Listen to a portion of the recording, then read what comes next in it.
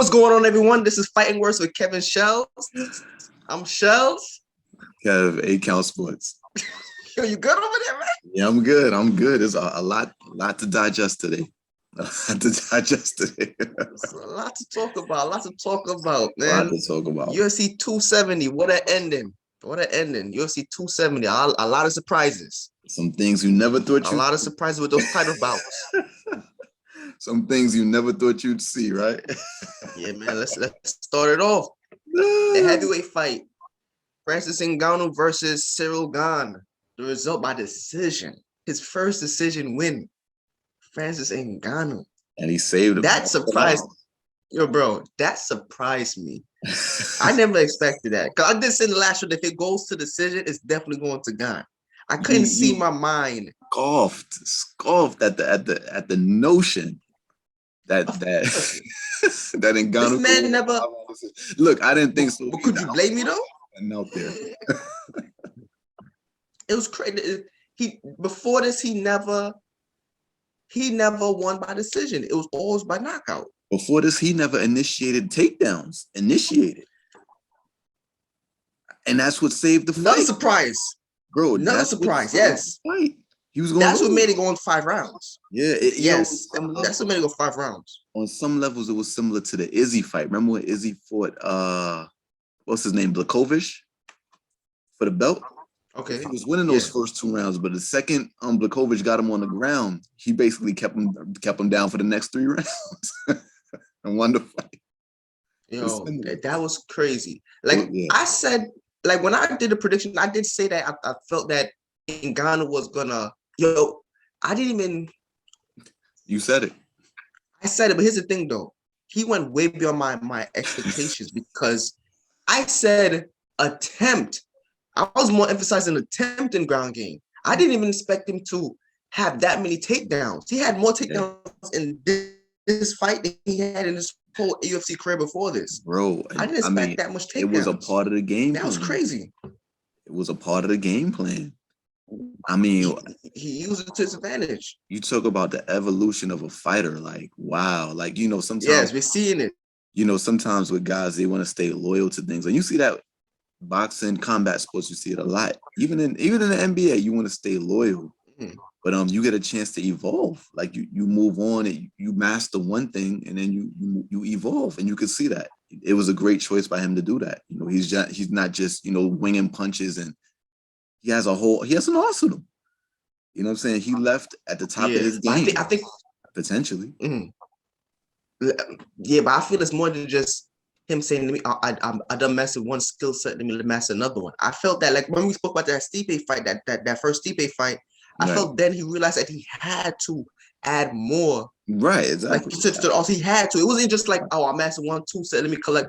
He had no choice. For him to get this far in the game, he had to do that. Yeah. He had to. And this was a very good demonstration of where he's gotten since then, where he's came from since then, because I had no, like, to decision. He's going to be if he evolves his, if his ground game continues to evolve, which I think it may, because he's with Usman. I think because Usman's a part of that camp that he's getting a lot of pointers from Usman. Right. Because Usman is an All-American. Let's not forget that. We haven't really seen it a lot because he didn't have to use it, but he's an All-American wrestler. If this ground game continues to evolve, he better go back to using it. But go ahead. Why you say that? If his ground game continues to evolve, guys. No. You put it in there. Why you say that? Let's go. Wait, you talking about say that? I was referring to Usman. You said he's yeah, I know you was. That's why you said that. He hasn't needed to use his wrestling. He didn't have to. You said he had to. I think in the future he'll need to utilize it a little bit more. That's all I'm saying. Against who? Like Khamzat? Against any of these guys that's really hard hitters, man. But you think anybody's outside of Covington? I don't think anybody's strike game is gonna put Usman. Covington's strike game isn't all that. He doesn't have power behind his punches. He throws high volume punches. I'm talking about guys that can crack.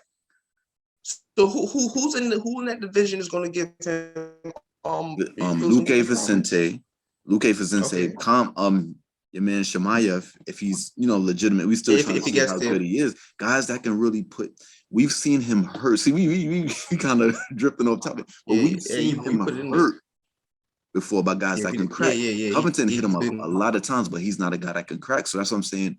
I think he may be falling in love with the one-hitter quitter, the right hand. I mean, you know, he gets hit flush a little bit too much for me. That's just what I think. You know what I'm saying? But we'll see how it goes. He's still doing his thing, still with the longest active winning streak in the UFC right now. So he's doing his thing, and that's what's up. But I just think whatever he's doing, it's working so far. He's gonna have to go back to that.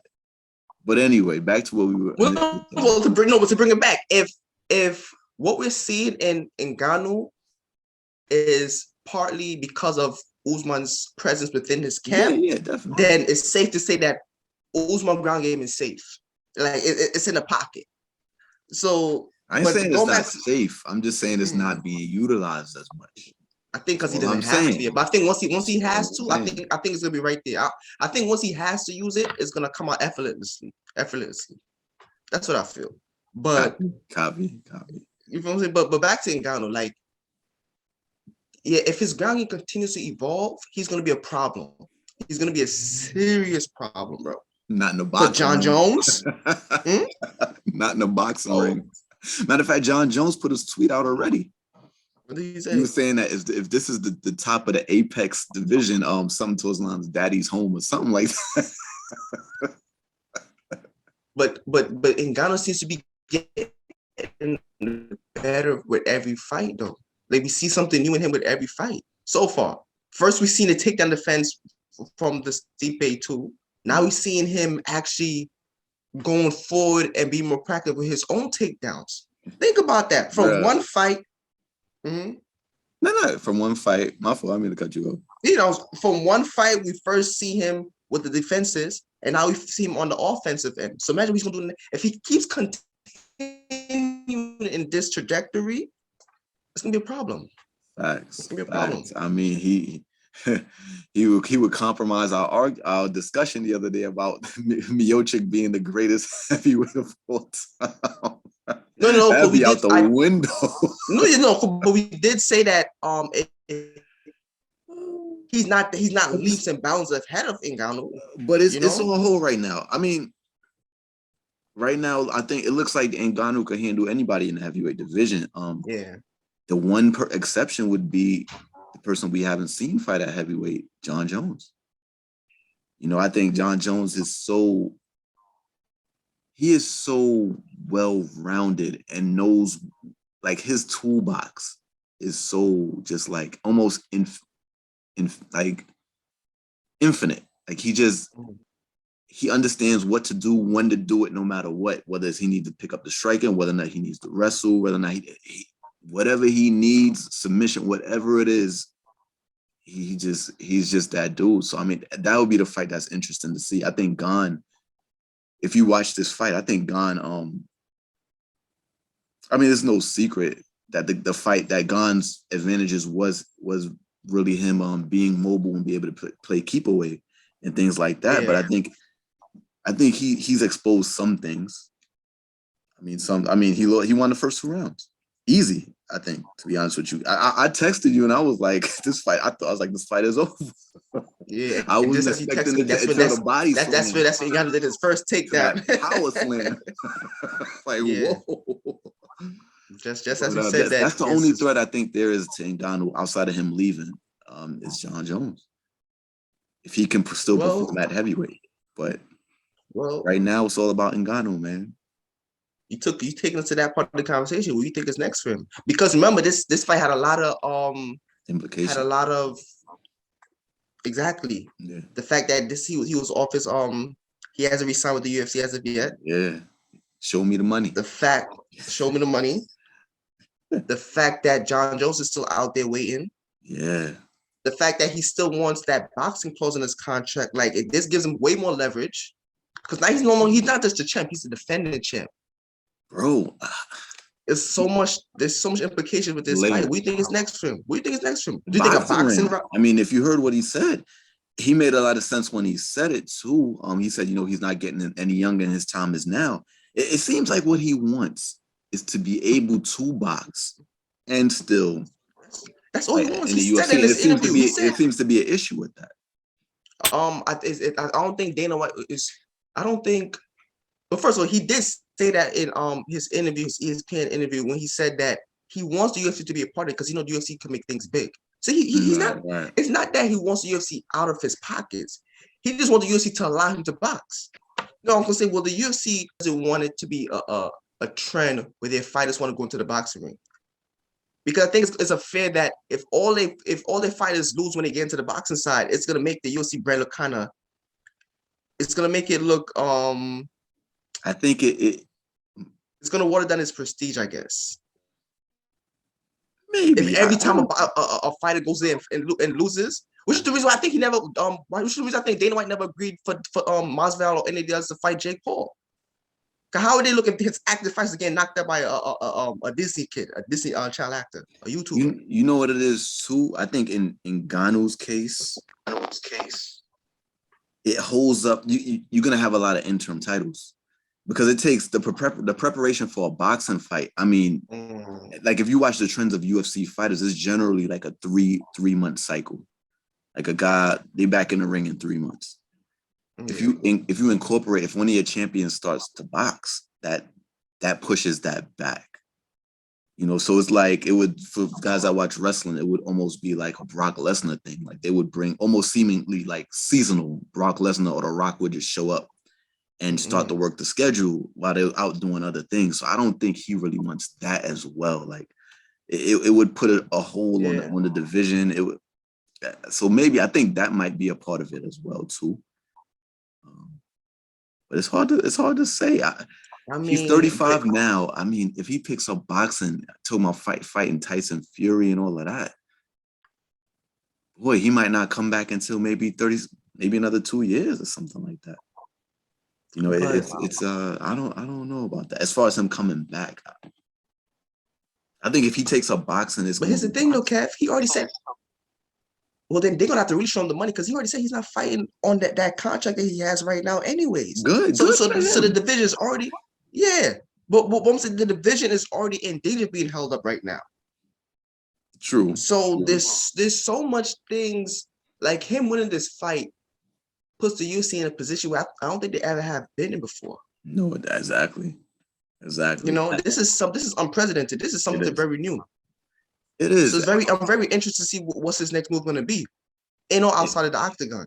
If he could secure a Tyson Fury fight, could you imagine that? Like, could you imagine? Yeah, that's gonna be huge. Like, that's gonna be a huge one. Man, champ against that's gonna be a huge one. Yeah, no, that's exactly what's gonna be. Active champ versus another active champ. Current champs, not like a Mayweather and Conor where Mayweather was no longer a champ, and Conor, it was obviously he was just going in for this. It seemed like it was it wasn't an exhibition, but it seemed like that fight. It seemed like a throwaway, for lack of a better term. Yeah, it's like a charity, almost like a one-off event. Yeah, like a one-off. Yeah, like Rocky. But this one right here these guys are both in the middle of their careers, actively. Still in their respective career, on the top of their respective careers.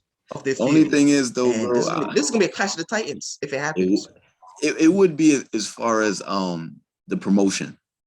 I think the promotion will be just like off the crazy. Chart. Yeah, I think the fight itself wouldn't be as much, but I think the promotion will be just off the charts. It will be just the optics. Well, yeah, I'm not even talking about how the fight will go. I think the I think just like you said, the promotion, the hype behind the fight would be crazy. As how the fight will go itself, who knows? Because I'm thinking it'll go like the way Fury and Wilder's fight went. The first one. Nah, I think so. The first one, because I think Fury's Ngannou too skillful for boxing. Quick, bro. I think Ngannou will get tired quick, and they'll be by the fourth round. Fury going to start just like taking over. Because when you box, it's different. It's a different muscle memory is different, and he's already 35 as it is, so it's a bit different. I think it's going to be hard. It's more of like a reflex thing. Like this fight was interesting because when I was watching the fight with Gane, and you know, counter punching is based on reflexes and stuff like that. And when you watch Ngannou when he gets his knockouts, it's almost like a momentum thing. He's pushing forward and he's forcing the action.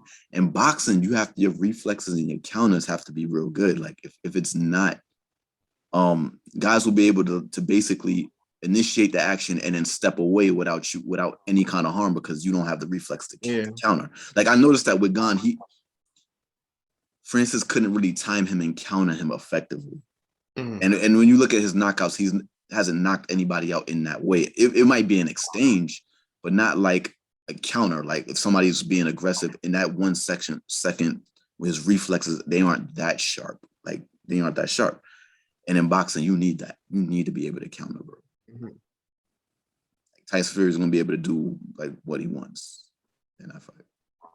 But I still watch it, and you know what I'm saying. Yeah, I think we all know how that fight's gonna go, but oh man, it's gonna be such a big, and it may have to happen because once again, at this point, Ngannou has the UFC in a chokehold. Their baddest man on the planet is not happy with the current contract, and he has some demands, and they have to hear him out because he still has the belt. Absolutely, it's gonna be a different situation. Let me ask you, how do you feel about that? Do you think that UFC fighters should be able to get out of their contract and box as well, or do you think they should be solely committed to the UFC and be out to the company, to the league? You could almost call it a league in a sense. That's a good question.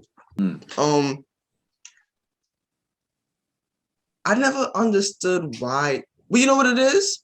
I kind of get why Dana White doesn't want them to doesn't want his fights to get into boxing, because first of all, like you say, you made a good point. It holds up the division of what he's doing, because their main thing is MMA. Yeah. I think allowing 28 fighters into boxing is going to dilute their brand. Yeah. It's going to hold the division, number one, and number two, injury sustained in boxing might affect how they perform in the octagon. No, Usman. Let's use Usman, the champ. All right. He wants to fight Jake Paul. Let's say we thought because he also wants to fight Jake Paul. Even though they're just probably better fight, but yeah, makes sense. Like you said, first he has to train, right? So he may put up aside 6 months to train for that fight and promote. So that holds up his division. Number one. Number two, what if Jake knocks him out? Right? Yeah. What if Jake knocks? He's come back to the UFC champion with the champion with the KO. That messes up the brand. Yeah. And like you said, a lot of times when you get knocked out, you're not the same fighter anymore. That knockout might affect, might change how he performs in the octagon. This is true. So I think these are all things that runs through the mind of Dana White and the rest of the UFC brass. And I understand. Maybe every now and again there should be special situations, like honestly, like a Conor or in Ghana, like things that like certain guys who have such a star power that it helps the UFC a lot to bring that many eyes to their sport. Because at the end of the day, if you get into boxing, more eyes are going to be on you at the end of the day. Boxing is still the sport of the kings. The sport of kings, as they call it. It's more. It still has more prestige. Right. So if an MMA fight gets into boxing, way more. That's why all the MMA fighters all going to boxing. If you think about it, none of the boxers are going to. No, that's my point. But money talks. But the money's a reflection of where boxing standing is in the greater world as opposed to MMA. Yeah. Like more eyes are going to be it. More money's going to be put on it. More money's going to be spent on it. It just gets more attention. True. To have every fighter just like that go into it, I wouldn't say that wouldn't be the best move, because I think it would dilute. Because UFC is MMA, and I think that one of the people I want to keep it that way, because if it dilutes the sport, it can really affect the trajectory of MMA. What about yourself? What you think about the whole boxing scenario? MMA fighting into boxing. I don't mind seeing it. I don't mind seeing it. I don't mind seeing it at all. I think that I just think it's more celebrity than reality, though. I think I don't mind seeing like the Jake Pauls and them do it, like Jake Paul, but when I see like a professional fighter that's in the prime of his career I'm not really as into seeing the professional fighter in the prime of his career fight an MMA guy like in a boxing ring or in an octagon, because the reality is these two sports are not alike. Yeah. Like both guys, both sports, the guys in both sports think that they're superior. The boxers think that they're better, and the MMA guys think that they're better. But the reality is they can't cross over into the other world. Can't happen. It's very rare that it happens. Like it can't happen. But that's the intrigue. I don't mind the promotion. I don't mind that, look, we fight fans, right? So I don't mind it, but if you ask me, I'd rather see a prime UFC guy stay in the UFC and defend and build his legacy there. Now as I say that, I can appreciate Ngannou, and I hope other people, I hope they find ways to find avenues for these fighters to get paid more, because I don't know what's going on with the pay. I don't know the specifics, but I do believe in, like, where there's smoke, there's a fire. There's fire. Like, for so much people to be saying the same thing, it got to be truth to that. You know what I'm saying? Like, these guys should get paid more. You know what I'm saying? I for so much of them to be complaining about that, I think that's a real issue. And eventually, I mean, they have a league that the UFC is almost like a league, but you're saying that it's a league for independent contractors in a sense. But then I say I don't. You know what it is? I kind of don't buy that. It's a promotion. You don't have. It's weird. It's kind of weird. You know what it is? Yeah. The UFC is trying to have its cake and eat it too, because it's really a promotion. Yeah. It's structured like a promotion, but it puts itself out there like a league. Yeah. You know what I'm saying? Right, it's like one banner. It's like it's really, but I think that's the genius of why the UFC is where it's at as it is, as it stands, because it is a promotion structure that makes most of its money based on these pay-per-views, but at the same time, it's taking the best parts of what makes like the NFL, the NBA, or you know what I'm saying, the NHL, like these leagues that are seasonal. It's trying to have a constant flow of events, and at the end of the day, though, I think what's gonna happen eventually is one of these other promotions. I think that's the only way what's gonna happen is one of these other promotions gotta have to get to a certain position where it's actually competing against the UFC, and then they're paying their fighters as much, or if not more. So there's more places for MMA fighters to go to. Yeah, that's the only that's gonna be, because either that or unionized. And I don't think these fighters are unionized. They're not. I could be wrong, but I don't see these fighters getting together to unionize. That's number one. So it got to be these different promotions giving more competitive pay. I think that's the only way that's going to break the chokehold that the UFC has on the MMA industry. Well, maybe allowing unions could allowing the talk of unions can actually be an incentive for a fighter to go to another organization. Maybe another organization needs to make that a perk. Because it seems like the UFC is just like a dictatorship over there. it's what it comes across like that. So if another, organization comes in, sweetens the pot a little bit, I think it can happen. And we've had this conversation. I think it definitely can happen. And it starts with free agency. These guys are signing these contracts. Ngannou not re-signing is huge. The only thing that kind of nixes it is him going to boxing a little bit. Instead of going to another MMA, because I don't know, not everybody wants to box. That feels like they're underpaid in MMA. That's not really the outlet. It's not everybody. But you just said it's this. But you said it's this. Like, true. Honestly, I don't think in MMA, no other promotion is going to be able to pay as much as the UFC. But I mean, bro, the payments start with basically putting on better shows, and you do that with better athletes. You know what I mean? The guys that have the bigger name. But you're asking, but here's what you're asking, if Ngannou goes to Bellator, right? You're asking him to take a pay cut for the early part of the years while he builds up the Bellator brand through his events, because that's not going to happen right away. I don't feel that right now as it stands, Bellator has enough to pay Ngannou to make him want to leave the UFC to go there. So what if Bellator said, which is why Michael Chandler left the Bellator to go to UFC? That's That's you. That's what you think, or that's what you know. I've heard with Michael Chandler when he did an interview with Hawani. He said himself. He said the guys that are in the UFC, like your Nate Diaz's or your Ngannou, who talk about fighter pay and all this kind of stuff, they don't know what it's like outside of the UFC. They're just in the UFC, so they complain about things in the UFC. But he himself, he said, I've been in another promotion and I've left much to go, and I have a better perspective. I'm telling the UFC, when it comes to the things that the perks that they give you, this is the place to be. So he's a guy who has been at Bellator and left Bellator to come to the UFC.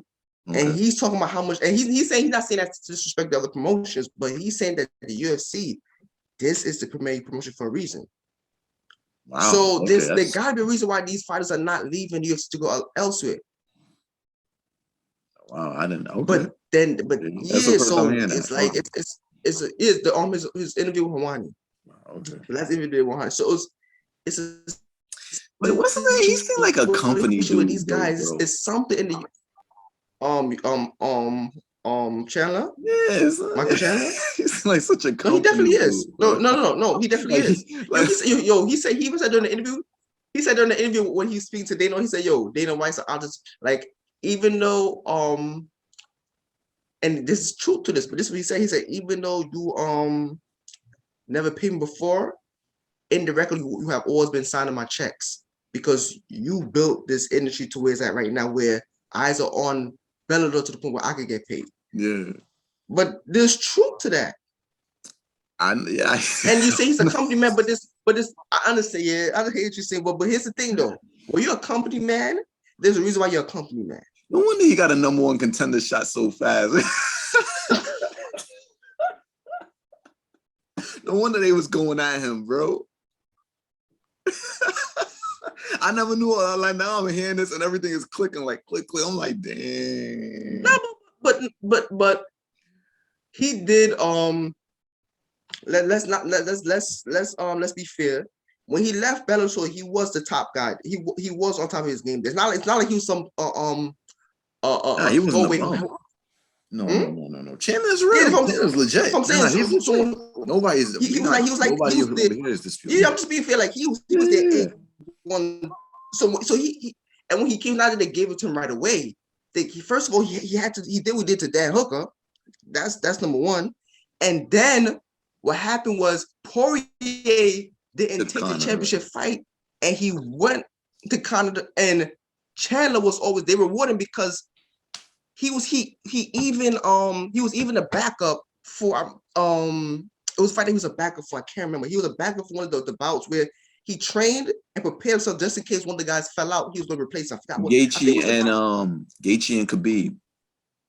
See, when you do things like that for the company, they're going to reward you because that means he had to go through a camp, right? Yeah. Not know if he's going to fight or not. That's basically, you know what that's like saying? That's like saying, yo, Kev, study hard, but you might not take it though. But study them, and he made weight, which means he had to cut weight and go through the whole process that a fighter goes through to prepare for a fight, just to be a backup. So when you do things like for the company, they're gonna give you a hand. So he didn't just. I don't think it's just the butt kissing that got him that title shot. He put himself in the position. He put himself in position, man. When I said it, I was joking. Really, I didn't really say it as the. Well, let's let people know we're joking. So you made some great points. Now you made some valid points to anybody that is listening and feels that way about Chandler because it has been said. You know what I'm saying? So definitely. And he certainly won the fans over, including me. He did, but I think that, but really, bro, I really feel that another company, you see, the way how you build as a company is with big names, and it reminds me a lot of like you hear me use wrestling analogies, like in the 90s it was WWF. They built all these characters. It was all these superstars, Macho Man, Hogan, this, that, all of them, but they really couldn't keep all of them.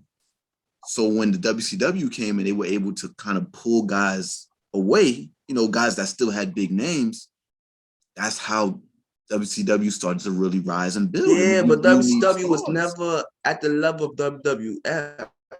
What? Yes, they Nah, were. Kev. They had the ratings, bro. What are you talking about?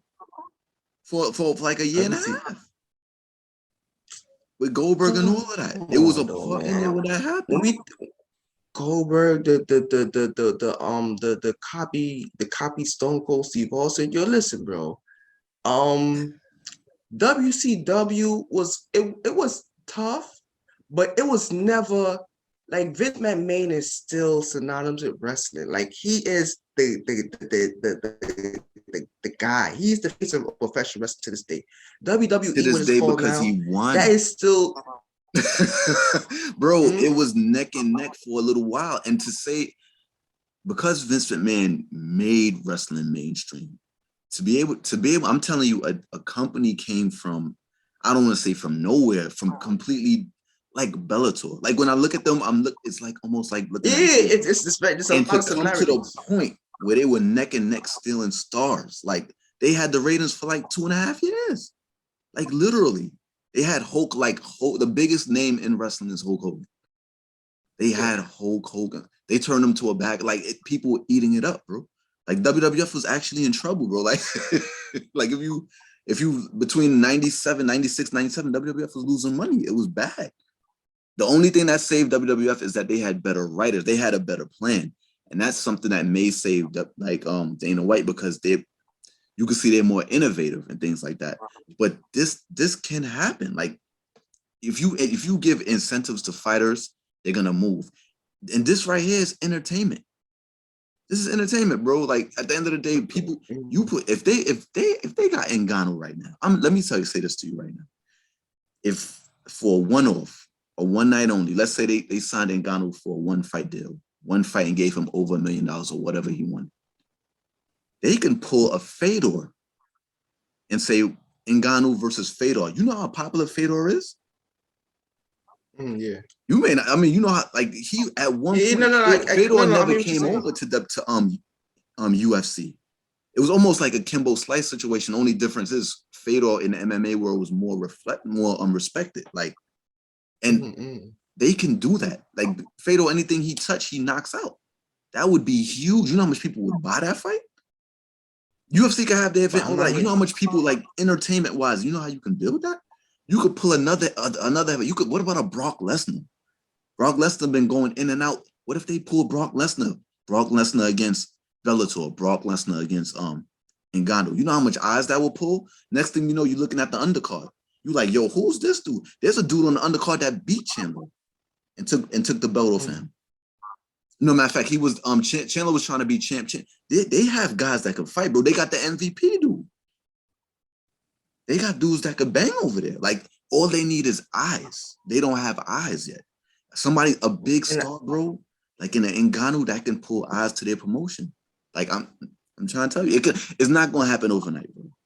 It ain't going to happen it looks impossible. That's what I'm like saying. You're looking at it right now, like you're looking at it as possible, but it can happen. And these are the type of moves that you make to make these happen. You make those sacrifices. But basically, I think. Okay, so here's one thing. I think it's gonna be the way that the UFC set up these contracts. It's gonna be very hard for the Bellator to pull anybody. What Ngannou did is very unique. You're seeing it right. That's a 1 in a million type situation. It takes one. It starts with one, bro. Yeah, but here's my other thing though. I believe it's you're taking a greater chance with your career when you leave the UFC to go to another promotion. Even though your name is big, you're still taking a chance with your career to leave the UFC. Because the UFC is still the kingmaker. Right, you can be the king all you want, yeah, right now. But right now is what we're talking about. Like, for you to go to Bellator, I think you have to take going to Bellator for any of the top dudes in the UFC will be a situation you're risking taking 2 steps back for the hope of going 10 steps forward. But you have to take those 2 steps back, and that's the chance you're taking. Well, who's going to take the chance? We look. I mean, it don't got to be everybody. It don't got it. No. I don't think it's anybody. Can start just like this, bro. Anything. It just takes that one person, bro. If that one person catch fire, people gonna look at it and say, "Yo, So why isn't it being done yet? Why ain't Ngannou not doing it? That's a good. Why is it Ngannou? It's a He's lot in of the best things that position don't to get do done it. right away, bro. Like it takes one person, but Ngannou has his eyes set on other things. But I'm gonna give you another example, a big example, a huge example. Boxing world, Mayweather. This one you will be familiar with. HBO was boxing, bro. For like the last 30 years, something like it. Boxing. You want your boxing? HBO boxing. Built up Roy Jones, built up Tyson until he moved over to Showtime, whatever. Built up Oscar De La Hoya, Benoit Hopkins, Fides Trinidad, everybody. HBO. Floyd Mayweather. HBO. What happened when it came to negotiation? HBO was always here. Showtime was always somewhere here when it came to boxing. What happened? Mayweather's contract came up. HBO pitched him this offer. Showtime put all their chips on the table and pitched him this offer. Put it all on the table, bro. Pitched him this. Regardless of the returns, pitched him this. Mayweather let them know that this is what they pitching. HBO said, no, this is what, basically, I guess this is what you're worth. Mayweather went over there. Mayweather did the Canelo fight. Mayweather did the Pacquiao fight. Mayweather did a stack of fights over there. Like, and the next thing you know, 2 years later, after being the most dominant brand for 30 years, HBO was out of business, bro. I thought I'd never see the day, bro. This is our last telecast. I couldn't believe it, bro. It takes that one person, and it takes a company sometimes being a little too full of themselves. And sometimes it feels like that's what UFC is. We're the brand, you're the fighter. We're here. I don't think it's that far-fetched that this could happen, bro. Maybe not with Ngannou, based on what, but Ngannou would be a guy that's champion as contract goes out. All of these guys are always complaining about somebody's going to do it, bro. This is just the tip of the iceberg. They might have dodged one with Ngannou, but somebody's going to do it, bro. It just depends on how it goes after that. And it could go that way. It could very well go that way. It's with the UFC, they're very, that's a dictatorship over there. And that's not going to last. That's going to get broke down, bro. I'm not saying they're going to go out of business. It's not going to last, bro. That arrogance is not going to last. It never does. According to Ngannou, they have until the end of the year where they be out the contract. So maybe he's not. Maybe I'm trying to think like you right now. Maybe he has thought about going to sign with Bellator, but he can't because he can't right now, so he doesn't bring it up. But maybe by the end of the year, Bellator might be talking to behind the scenes because I'm guessing if they give him that good of a deal and a boxing clause, he'll jump ship. Yeah. Let me tell you, bro. If once competition comes, bro, you're going to see them UFC contracts start to look a lot different. Guys going to start negotiating a little different. It's going to start looking different, bro. Well, you know what? Let's see at the end of the year how it looks. Because right now, Ngannou said he's not fighting no more. So let's see if any more fights will be. Let's see how if the division actually gets held up because of this. Bro, maybe John Jones might have closely to come back in. Dana gonna go to the John Jones card, bro.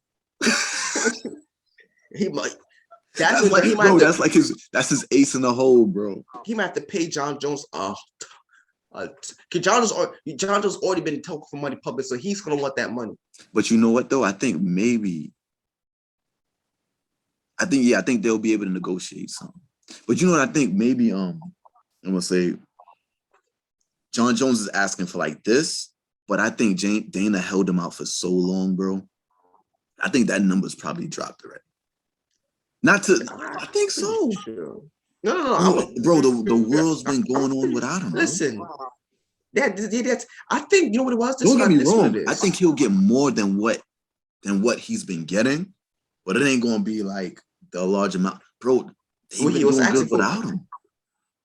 But that's every now and again. Let me say, Ivan Takana. Every now and then, one of these fighters say they're bigger than the UFC, and they try to use their leverage and say, "You listen, I'm not fighting no more. Let's see how y'all do without me." And then what Dana White says, hey, if you don't want to fight, don't fight. And they keep going on without him. Remember, they got that deal with ESPN. All they gotta do is come up with I believe it's a 30 pay-per-view, like a certain amount of pay-per-views a year. They get a guaranteed $750 million. How much? $750 million. Wow. That range, like all I got to do is produce a certain amount of shows for ESPN, and they got a guaranteed amount. So at this point, even though they not just a month or not people a certain amount of events, I think that includes fight nights. But what I'm saying is this deal puts UFC in a situation where they don't need anybody one star power to, because usually before that it would have been like, yo, they model would have been based on, okay, we have this amount of fights, but every now and again we have to have a big fight that really brings the money in. But because they have this guaranteed set amount from ESPN, they could kind of coast. They could coast until the next star comes. They're not stalling for starhood, and they really flexed that muscle when Conor was trying to was kind of hold up the division on his end.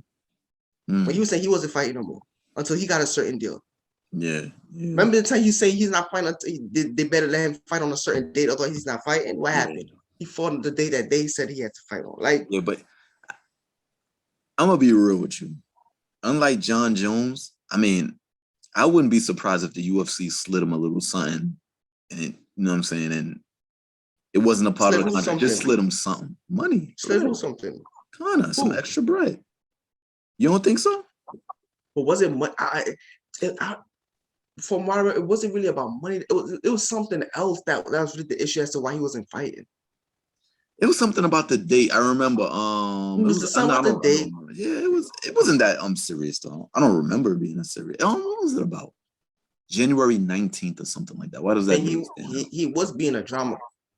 Yeah, it was something, but but remember, this is the same Conor McGregor said that. This is the same Conor McGregor, bro. I think he just say things. This is the same Conor McGregor that was saying he wasn't gonna fight Poirier. You know what? Because of the whole charity thing. Remember? Remember, go fight somebody else now. They end up in the ring with each other, right? He was better off. Should have followed his heart. Oh man. No, but the UFC has the UFC doesn't the star power is still an intricate part of the business model, but they're not as reliant on it as before. Bro. It's an entertainment business. You need some stuff. It is, but that UFC deal, it allows them to be less reliant on that aspect of the business model. True. So any one fighter can't really flex, but this Ngannou situation is different because again, he's still he has the belt. He has their belt. Yeah. And he's threatening to walk away at the end of the year, it seems like. Yeah. So this is a whole different situation. So I'm excited to see what this year is going to be like for him, because this is just January. He says he's not fighting again until his contract is up. Let's see if they use the John Jones card. Let's see if they succumb to his demands and put in that that boxing clause, including more pay. Yeah, a lot of things can happen, man. We'll see. The only thing that can get him is the John Jones. But what about Cyril Gane? But they might have to pay a lot for that though. Gone. And you know what it is? That money fight might give Ngannou more leverage. If Ngannou was really calling for that fight, and Ngannou said, "I'm not fighting until y'all come to the negotiation table with some to talk about them." That John Jones, there's so much writing on this. There's so much. That John right. I wasn't really thinking about that. Fight. That is a huge money fight. Yeah, that puts the heavyweight division in because in a sense, the division is cleaned out. Gane beat Derek Lewis already, and Francis done knocked out everybody else that matters. Outside it, and it's just John Jones. You know what I'm saying? It's just John Jones. Like, that division is really. I mean, what they're gonna do? Put the belt back on Gane? I mean, no, they might. The thing that what I think could save it is John Jones and Stipe. That could be another fight for the interim. If they really want to go that route, it saves it, but for the event. But it really it revolves around John Jones, because he's the guy. He, just like you mentioned how Oliveira was the guy that didn't fight Khabib. John Jones is the one guy that didn't fight either of these guys, Miocic or Francis Ngannou. So he's kind of the enigma in this. If the UFC want to play hardball, that's what they might do. They might go that route. Do another interim championship. If Ngannou really holds out, for that. Let's say I don't think he cares about the image. He just I don't think at this point I don't know. It's just John Jones, bro. It's the only person. No, I'm saying I think the UFC might have to do that. Like if they really don't want to go back to the negotiable with Ngannou and things. Let's say it's this is October of 2022 and Ngannou still hasn't come back. They might be like, you know what, interim championship between Stipe and John Jones. That might save it. But you know what, bro? What? Pick your poison, because this gives John Jones leverage. That is true. That's what this gives him. If he becomes interim, that is this puts his value. They gotta put the belt. He's the guy. Yeah, and he's gonna demand a lot of money for that interim champ. You're right. You're right. You're right. Unless somebody comes out of left field. Plays that hard ball. Yeah, you're right. Unless somebody comes out of left field. This is crazy. That is crazy. That is true. What you think? I don't want to go too far off the rail. There's a fight coming up with Derek Lewis and this kid. What's his name? Ty, the kid that drinks the beer out of his shoe. Yeah. I mean, if that dude. I mean, if he. Honestly, I don't think them. Nah. They need a fresh face, bro. Yeah, no matter who wins, even if he wins, even if the Thai dude wins, right? I can't say the Thai like I wish I remember his name. But he'd be number one contender, right? He'd be fighting Gane. Yeah, but that's not gonna be a big fight like John Jones and but it's not that. I'm saying they need a fresh face. Like everybody else has been beat already. So this is the one guy that's kind of. But what that fresh face what's that fresh face gonna do? It's not gonna diminish the leverage power of Ngannou or John Jones. It helps. And here's what I mean by how much though? It helps in the sense that, and as if he wins, we talking ahead of time because he gotta beat Lewis. No, I'm not. Look. All of this is.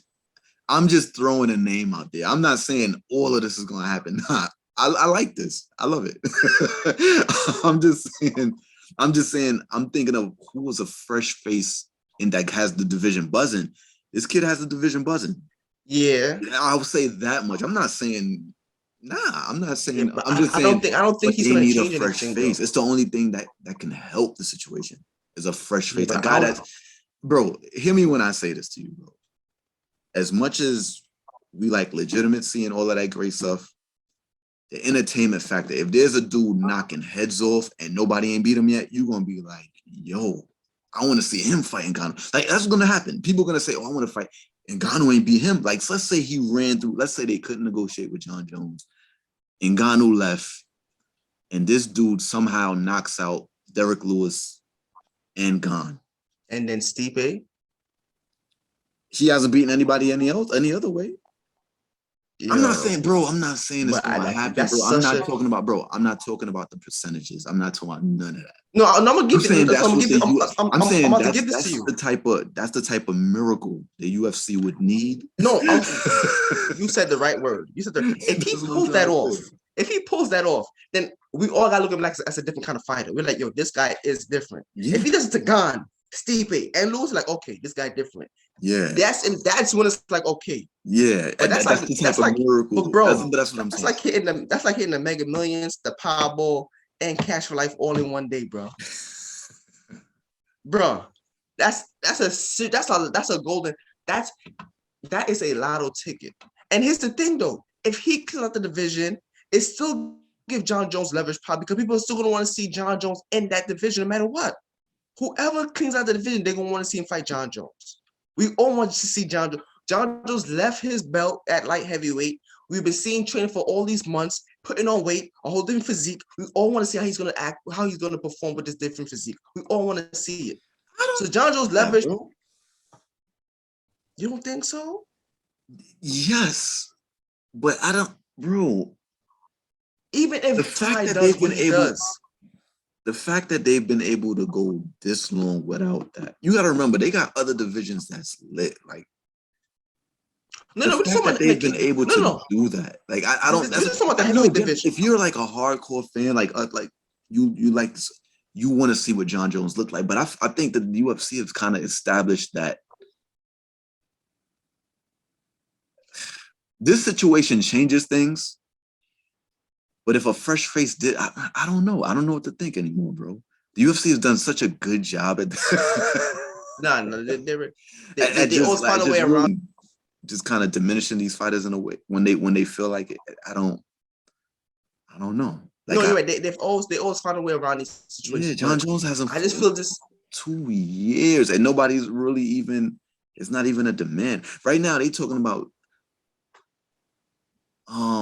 like Gaethje, like if Gaethje's like, man, I'm throwing chairs, we turning stuff over if I don't get a title shot, and it's like, man, if Conor came out right now and was like, I need to fight, bro, you know how much people as bad. No, honestly, like that. It's so stacked in the UFC. It's like, honestly, like who wouldn't?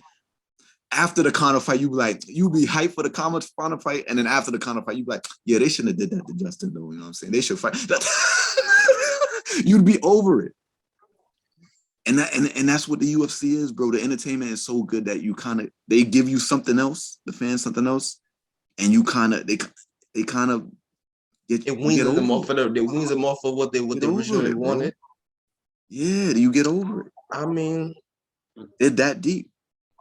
I mean, but this is like we were saying, this creates a whole heavyweight division right now. The situation, this creates a whole nother situation, and that tie situation that's a miracle on 34th Street. Kev, that's a miracle, Kev. First of all, he gotta get to Derrick Lewis. Let's put that out there. Derrick Lewis is not a game. That's gonna be a banger. That's gonna be a banger. So first, you gotta. I don't even think that's the main event. Is that a main event? I don't even think that's the main event on that card. Is that the? I think that's the. I feel like that's the Izzy card. If that's the Izzy card, then yeah, that's not gonna be a main event. No, that's what I mean. Can you? Oh man, so that card is gonna be crazy. Those two fights in itself is crazy. Yeah, that's gonna be a banger. But yeah, he first gotta get through that. Then he got pick your poison, like you said, Stipe or Gane. Which one? Stipe. Stipe next. Okay, let's say get past Stipe. If he gets past Stipe. Yeah, you give him Stipe. Keep him away from Gane as long as you can. Yeah. If you the company, Stipe coming off the knockout. Stipe is probably about closer to 40. Stipe. Then he knocks out Stipe. Okay. Then he knocks out Gane. His buzz gonna. Bro, I mean, if he does that, I gotta look at him differently. But you gotta remember, they don't gotta put him on Gane right away. What I mean is, remember this is like a rotation, like. But there's no one else. But yeah, but if he's gonna fight, no, he gonna fight. He gonna fight Gane. But that buzz before he even gets in there with Gane, that Stipe and Derrick Lewis, people will be losing their mind. That buzz would be crazy. It'd be crazy. But I'm just saying that the chance of him getting that far and not, we'll see. That'd be crazy. We're gonna have to revisit this. Let's keep it. Well, let's just. It could happen. No, not Gane. Let's take the first two names. It could happen. This based on their fighting style. One fight at a time. It could happen. Well, let's see about Lewis first. Let's see what's with Lewis first. I'm gonna throw one more point in there, bro. If Stipe get back in the ring and get knocked out again, that talk that we had, bro. Oh yeah, then okay, you're right. At that point, you gotta sit down and be like, it would just be like more of a past tense. But anyway. No, you're right. If you just then it's like he because after that fight, one more loss, he basically a gatekeeper. Yeah. One more loss, he'd be a gatekeeper. So yeah, sad to see. It's like let's see how Ty does against Lewis, and we'll revisit this conversation. Definitely revisit this conversation. It's getting good. Moving on. Mm-hmm. Oh, you got something else to add, my fault? No, I'm ready for flyweight. Moreno and Figueiredo. Wow. I got an issue with that fight. Wow. You have an issue with it? I got an issue with it. Go ahead. So I didn't predict that's gonna be a 5-round war. Yes, you did. And I predicted Moreno's gonna win by decision. Mm-hmm. And he didn't. And here's the thing, it was a very close fight. The judges, it was 48-47 unanimous. So here's the thing. If this was like a contender fight and Figueroa won, I wouldn't have an issue with it. But I always say this: to beat the champ, you have to beat the champ. Figueroa did not beat the champ, and I felt that the benefit of the doubt should have went to the champ, which is Moreno. That's why, even if it was a close fight, and objectively speaking, stepping back, if it was just a regular fight, I wouldn't have been mad either way, however it had went. But because it was a championship fight and it was that close, it should have went to the champ because it was very close. Even towards the way it was ending, Figueroa was dominating that shootout that exchange that those have with each other. It was. So I felt that Moreno should have won that one. I felt that Moreno, but I do think a fourth one is going to happen. I'm just saying that I thought that I probably just skip the gun. I wouldn't mind right away. I wouldn't mind that. I wouldn't mind that. Right away. But I didn't like the decision. You didn't like the decision? No, right. I think who's he's gonna fight? Before we go there, what did you think about the decision? What do you think about the fight? I don't necessarily. I don't have a problem with the decision. I like the notion of champions should get the benefit of the doubt, but at the same time, with that benefit of a doubt, if a fight is close and it goes the other way, it goes the other way. I don't. Yeah. I didn't feel controversy in the fight. I thought. You got to remember too. Figueroa was the former champ prior. It's not like he's just some contender, some dude that just came up the ranks. He was the champ and he held it down. Like expectations for Figueroa, Moreno was a person that there was no expectations for prior to this. For all we know, they could just match up well with each other. For all we really know, because we haven't seen Moreno defend against anybody else, to be honest with you. So I mean, honestly, this fight was a good fight. I couldn't call it, bro. I couldn't call it. I know one thing. I felt that there were 2 rounds specifically that Figueroa won. I felt that he won the 3rd round when he dropped him and then put him in the guillotine, and the round ran out. And I felt that he won the last round because I think he dropped him twice in the last round. There was some good exchanges where Moreno got some get back, but Figueroa dropped him twice in the 5th. So I felt that he won those rounds specifically, but the other rounds was so close. I couldn't call it. So I don't have a problem with the decision. These guys are fighters. They already Figueroa said that he wanted to go to Mexico and fight him again for a 4th time. Yeah, because usually I'm not big on guys fighting each other a million times, but these two, they're straight. I don't. The division isn't that heavy, so I don't mind seeing these two fight again and straighten it out because they're so close. They need separation. So I don't. And what separation? The second fight was the separation. Nah, and then they had the 3rd fight. Yeah. No, I understand, but think about it. The fights that Figueroa won were very close, and Moreno won and the one that Moreno was a clear dominant was. But that wasn't the last thing that happened. It wasn't. It wasn't the last thing that happened. This is the last. But that's why I believe a fourth one should happen. Huh? No, that's why I believe. Yeah. Agreed. I think it was a dope fight though. It was nip and tuck. It's like to me are meant for each other. Every once in a while, like in boxing, Covington and Usman. Covington and Usman. Yo, every fight they have. Guys, I'm talking about guys that go back and forth. Marquez and Pacquiao, Barrera and Morales. In UFC, who went back and forth in UFC? You don't get a lot of those. Volkanovski and Max Holloway. Nah, but what's the name on both? I'm trying to think of people that actually went back and forth and trading wins. It's kind of rare in UFC. Okay, trading wins. I got you. Matt Hughes and not even because GSP with Matt Hughes, he really dominated that second time they fought. The second and third time, he kind of just ran away both times.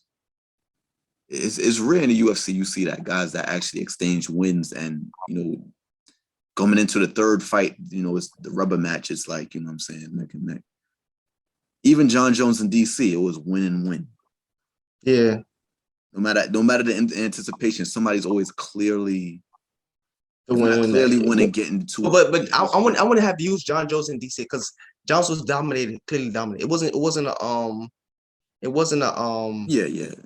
a close fight in those situations. I thought that the second fight was close though.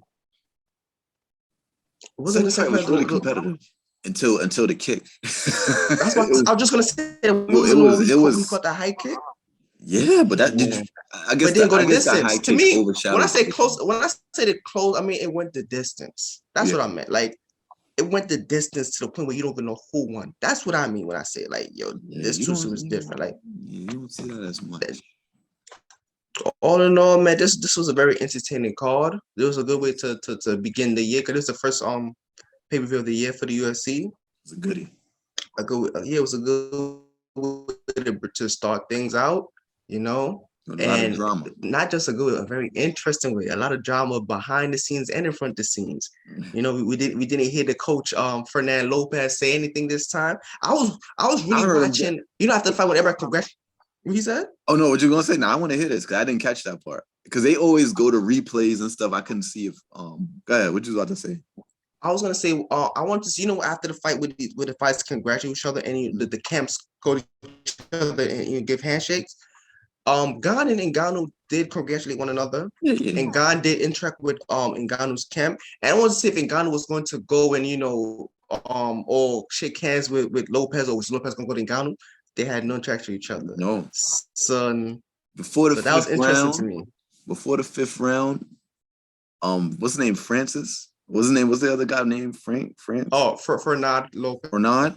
He was telling Gane at Ed Stricker Court, he was like, you can't lose this fight. You can't lose the fight. And I was saying to myself, yo, like you can't go back to France if you lose this fight. That's what I was hearing. You can't go back home. Nah, I just saw he's trying to when they were interviewing, my bad, when they was interviewing Ngannou after the fight, did you see how he was looking with Gane in the corner? Oh yeah, he was consoling him. Nah, he was scheming, bro. Like, listen, man. Francis had to get away and get better, man. I guess Gane might have to do the same thing too. Yo, can you imagine if Gane leaves and he wins? Like, then you could see this problem with the coach. I don't, you know what it is, bro? I don't think it's a problem with the coach. I think it's not a problem thing. I think sometimes you outgrow, like as you're getting better. No, but but two dudes leave and become champ, that means he can't make champs. If two dudes leave your camp, if you was with these guys and they never won a championship and they became champs when they left you, it means you're like a gatekeeper. You want to enter him though. Man, you know, talking about the intern, bro. I'm talking about the real deal, Holyfield, bro. I'm talking about the real deal, bro. Talking about the real deal, man. I ain't talking about the man. Listen, man. I ain't talking about that you go to the cornerstone, put your quarter in that machine and twist it, you get that ring in that bubble thing. I ain't talking about that. I'm talking about the real ring, bro. You have to go to the jewelry store for. That's the difference between the championship and the interim belt, bro. Come on, man. The interim belt is basically saying like, yo, the champ busy right now. We need an acting boss. You know when the mafia like, yo, you got the mob boss and you got the acting boss. But as soon as the real boss got out of jail, the acting boss gotta go back to his old position. That's what the interim belt is. Nah, but sometimes the new boss. I guess that's when the interim champion, become the real champ. Exactly. That's what happens sometimes. Sometimes the new boss be like, nah, man, I've been putting in work for too long. You can't get this title back.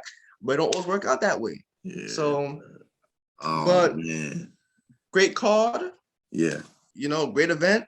Mm-hmm. You know, I'm not mad at the results. You got any problems with the results on that side? Say it again. I said you good with the results on your side? Yeah, I'm good with the results, man. I ain't gonna lie to you. I wanted Ngannou to win to shake things up. I think a lot of people wanted that to happen. Yo, this year's gonna be. We're gonna see how things play as the year goes. Like this year's gonna be very interesting for the heavyweight division. We gotta pay close attention to it. Some people might be getting paid. I think a lot of things gonna come out. A lot of jobs gonna come behind this. Yeah, I think a lot of jobs gonna come behind this. Yeah. This the calm before the storm right now. So let's just see. Let's just get ready. Let's get ready. Dana might let him box. He might have to bend the knee. Oh my god. They don't have to bend. He's gonna be permanently red, son. He'll permanently pissed. He'll be a permanent red from this day on. He gonna be like, yo, Connor, I need you to put on like 100 pounds. What you got, 190? I need you to pack on. What's the heavyweight limit? What, one? Put another 20 pounds on? It's two, I believe it's 240. Damn, it's 240. I believe I don't know, or 220. Like, let me not say it because I know light heavy. Is it light heheavyweight? I think it's like 205. Yeah, Damn, heavyweight is 240. So maybe heavyweight like cardio. Yo. But that's another episode of Fighting Words. Post show UFC 270. Don't forget to like, subscribe, put the notification button to get updates on when we're coming up with new content, and help us spread the word. Share it. It's Fighting Words with Kevin Shells. Peace for now. Until next time. Later, man.